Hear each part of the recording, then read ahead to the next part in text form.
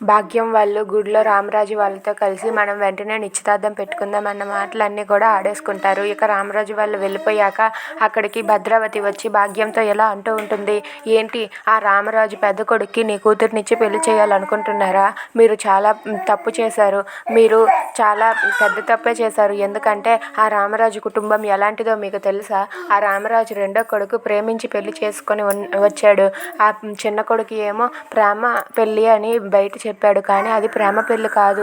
నా నా మేనకోడల్ని మోసం చేసి నగలు కొట్టేసి తనని పెళ్లి చేసుకున్నాడు. ఇప్పుడేమో నా మేనకోడలికి టార్చర్ చూపిస్తున్నాడు. వాళ్ళు అలాంటి వాళ్ళు. ఇప్పుడు ఈ పెద్ద కొడుకు ఎలాంటి వాడో ఒక్కసారి ఆలోచించు. నీ కూతుర్ని కానీ ఆ ఇంటికి పంపించావంటే నీ కూతురు జీవితం ఏమవుతుందో ఆలోచించు. అందుకే ఒక్కసారి నేను చెప్పేది విను అని చెప్పి భద్రావతి అయితే భాగ్యంతో అంటుంది. అది విని భాగ్యం వల్ల అయినా వాళ్ళిద్దరూ కూడా ఒక్కసారిగా షాక్ అయిపోతారు.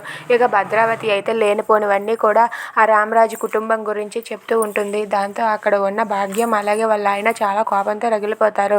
ఇప్పుడే వెళ్ళి వాళ్ళని నిలదీసి అడుగుతామని చెప్పి వాళ్ళిద్దరూ కూడా రామరాజు దగ్గరకైతే వెళ్తూ ఉంటారు. ఇంతలో అక్కడ ప్రేమ అలాగే ధీరజ్ వాళ్ళిద్దరూ కూడా ఒంటరిగా కూర్చొని చాలా బాధపడుతూ ఉంటారు. ప్రేమ అయితే ఎందుకు నా జీవితం ఇలా అయ్యింది అని చెప్పి ఏడుస్తూ ఉంటుంది. ఇక ధీరజ్ కూడా ప్రేమను చూసి చాలా బాధపడతాడు. అసలు ఇదంతా ఎందుకు జరిగింది, ఎందుకు ఇలా జరుగుతుంది, మాకే ఎందుకు ఇలా జరగాలని చెప్పి అనుకుంటూ ఉంటాడు. If you like this video please like, share and subscribe. Thanks for watching.